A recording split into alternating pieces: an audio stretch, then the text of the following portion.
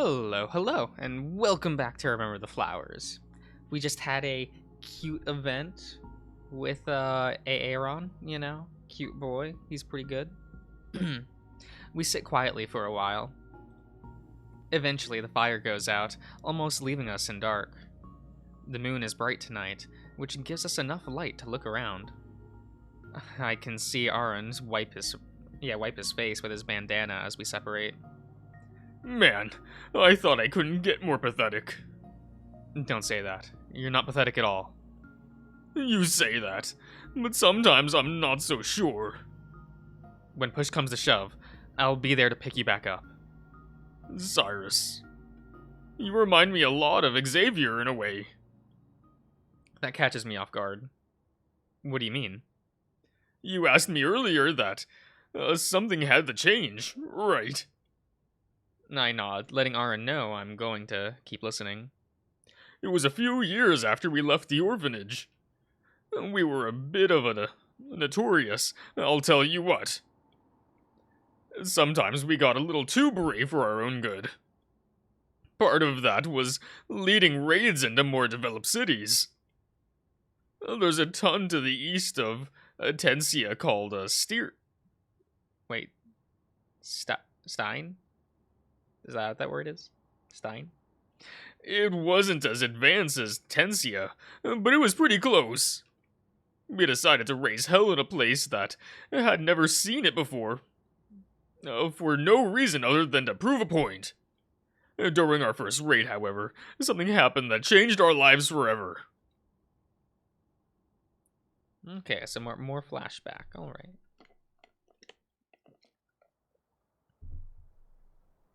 Hey, you! You can't hear me. Can you hear me? Please help me! I grunted in the direction of the soft voice. Who is this anime boy? Oh. Okay. A small white-haired man jogged up to me. He's gasping for breath. They were absolutely filthy with completely tattered clothes. He must have been desperate if he came to me for help. You shouldn't be here. Don't you know there's a raid going on? That's how I was able to escape. Can you help me out of here?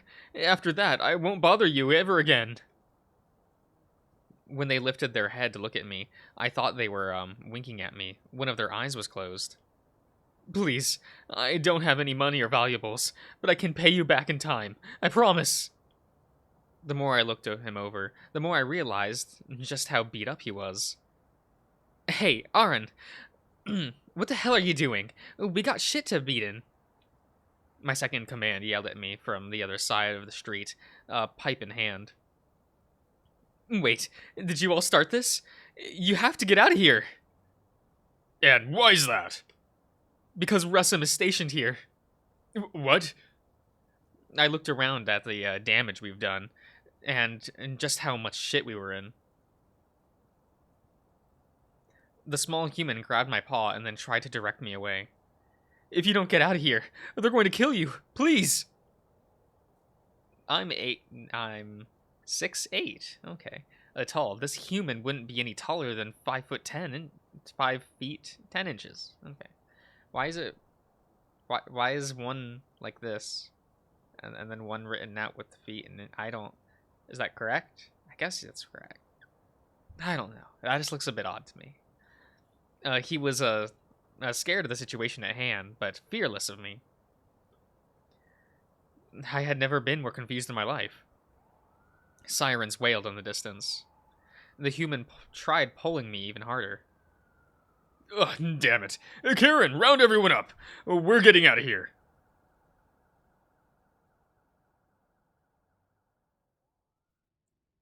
Okay. Well, now that was a tent. We were back at our desert camp for the night, a good few miles south of Stein. We could still see a cloud of smoke coming over the horizon, but I was pretty sure we ran far enough away that they wouldn't be able to find us. I tried to do a head count. I was disappointed when I came up short. 5 of us didn't make it out. Their deaths were on my selfish hands. What does this deer sound like? I don't even know. So, do you mind telling me who you are? Where you came from? No, I've never seen a human with white hair before. They both were treating the person we wound up taking care of. We didn't have a lot of medical supplies, but thankfully most of his wounds seemed to be old. After he took a swig of water, he finally answered. Yes, of course. Thank you for taking me in. By the way, my name is Xavier. Xavier Sol. I was a resident in Ressum. I actually just escaped a couple days ago. Escaped? From a hospital? How much time do you have? Do you all have? Reggie and Lance looked at each other before looking toward me. I grunted before I got up and sat next to them. Just how much shit have we gotten into? You don't know the half of it. The human explained all of his experiences over the past 100 or so years. I didn't believe him at first. Given his appearance, however, I actually gave in. Reggie held his chin in thought. So, the savior of the land, or actually just a public black market?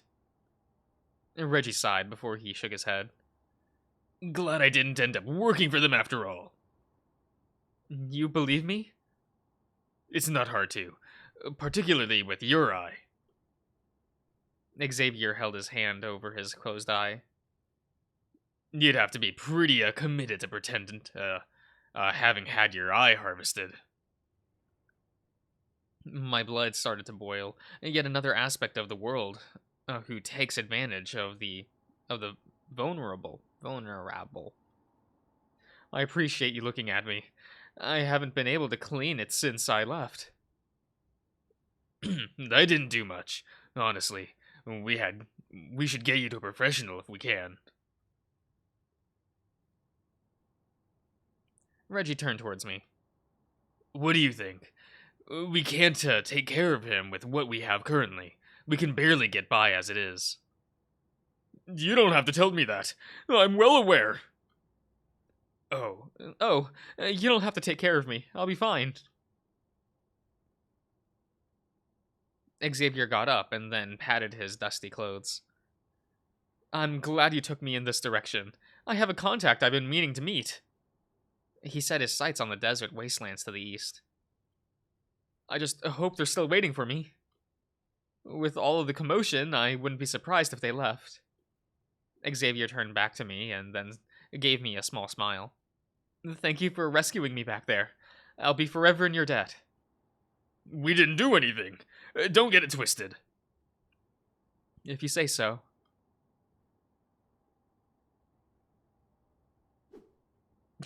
What? When they started walking off, I immediately got up and grabbed his hand. Where the fuck are you going? Hey, don't scare me like that. Xavier tried to free that puny hand from my grasp, so I let it go. You're not seriously going off into the desert by yourself, are you? I mean, yeah. I don't want to cause y'all any more trouble than I already have.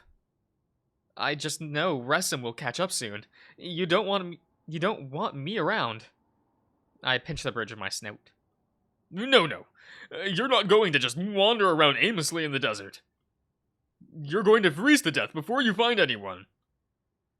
I'm pretty tough, I'll have you know. Don't worry. Don't be stupid.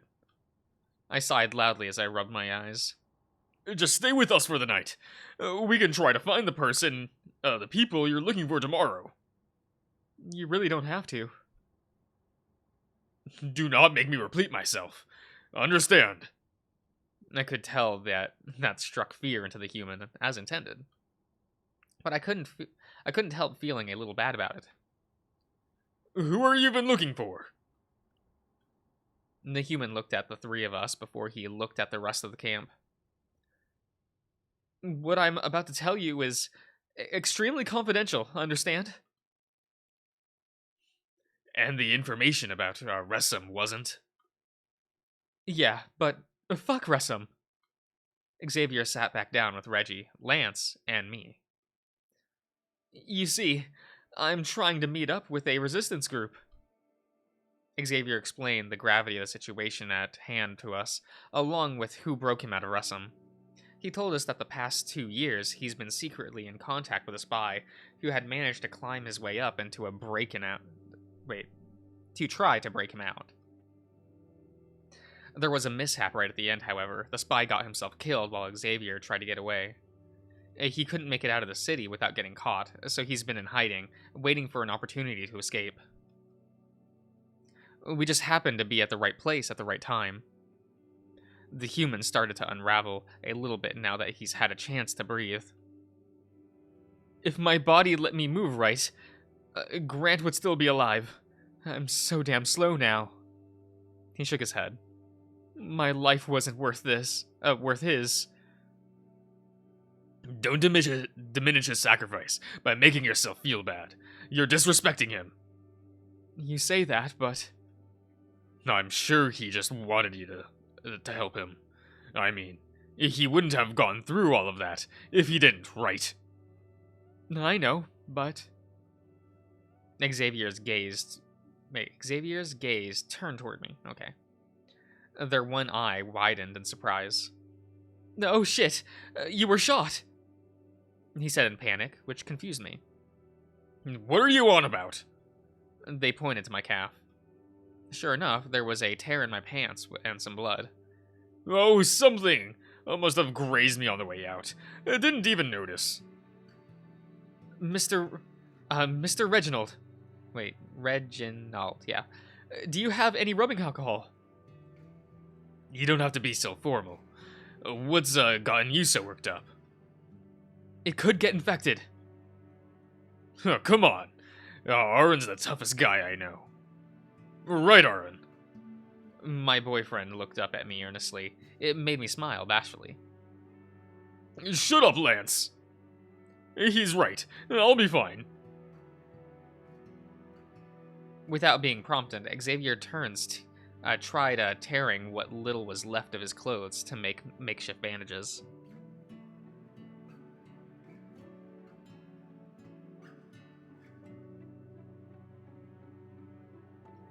Xavier was the kind of guy to put others over himself, even when he was in a bad state. It's not an exaggeration to say that he's the reason I started to believe in hope again. Hope that there's at least some good out there, and that it's worth trying to find it. He opens his eyes and looks at me with compassion. It's thanks to him that I was able to meet you, after all. He got us to meet the Resistance, and we eventually got employed by them. It was a good time, all in all. Aaron's expression turned sour. Well, I thought it was. I guess others thought differently. Aaron takes a deep breath after talking for so long. Okay. I hope that learning more about me doesn't scare you, or anything. Aaron, you don't have to worry about that. You're like my best friend. Aw, friend zoned, let's go. That means Cooper's still on the table. The fact that you felt comfortable enough to tell me everything means a lot to me. It was mainly out of fear, if anything. And that in all, okay, of itself takes courage. Trust me, you're fine. Thank you, Cyrus. Don't mention it. Need a hug? I wouldn't turn one down. Come here, big guy. To reassure him, I stand up so I can give him as big of a hug as I can manage. Like before, he's shaking as we embrace. Now more than ever, I want to tell him that's a probability that Xavier is alive and well. But I just can't. I need more information before I let him know. Maybe Silver can do something about that one day. Aaron eventually breaks the hug and starts to rub his eyes. I don't know what got over me. Man, it got late. Sure did. I'm about ready for bed. What about you? Here. Without hesitation, he takes a pill bottle out of his axiom. He pops a couple into his mouth before swallowing. Feel free to wake me up in the morning if I oversleep, but I'll try to set an alarm for us. Sounds good to me. I'm excited to sleep in a tent. I haven't gone camping in a long time. Then let's stop procrastinating and get to bed. Okay. As the moon is the only source of light we have, Aaron tries to lead me to the tents. He gently takes my hand to guide him over everything. I wish I had good night vision. Once I make it inside, he zips my tent closed. Then he heads to his, which is right next to mine. Good night, Cyrus. And thank you for listening. Thank you for telling me, Aaron. Good night, you big softy. Good night, Cyrus. Even from the tent over, I can definitely hear him purring. Listening to that easily puts me to sleep. Alright. That was some fun information.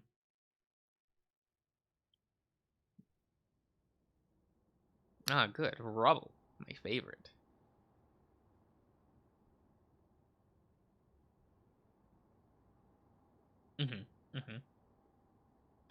When we eventually roll into town, I'm met with an existential dread I've never felt before. Almost everything is in ruin, vegetation taking over the sidewalks and roads. I can still picture scenes of this town in its heyday, with bustling streets and community. Now, at this point, most of the buildings are showing their age, with many falling into disrepair. It's a small miracle that there are still any buildings left standing. There aren't any windows left in the buildings, and the ones that are still there are absolutely covered in faded graffiti. I guess mass looting makes sense. I stand over a group of makeshift graves. It takes me some time to process it all. There aren't any names or gravestones. I have no idea who these people are. No one has for centuries. At the very least, I can pay my respects, if only to make myself feel just a little bit better. Everything is just about how I would have expected it, or rather, how I should have expected. It's been 300 years, after all. Still, it does make me feel a little sad to see the town I grew up in falling apart like this. When I glance at Aaron, he looks worried. This was my idea to begin with. I don't want Aaron to think it was a bad one. With no more hesitation, I take my helmet off before getting out of the sidecar. I take in a deep breath of crisp, what used to be Vermont air. Okay. Where's Vermont on the map? I still don't know. I never double checked. They said it was in the northeast, right? I don't even know what those directions are. I'm happy to see that the pine trees are still alive and well. It makes this feel just a little bit like home. Despite how barren everything is, I'm still feeling nostalgic. How are you feeling? It's been so long since I was last here. I wouldn't be surprised if I forgot how to get to my house. Well, we've got time. We've got a lot of time on our hands to find it. Well, we sure do. I think I've got a better idea. Want to take a trip with me down memory lane? Of course, Cyrus. Lead the way. I try shaking my easiness off. Who knows, maybe it'll be fun giving a good friend a tour of the place.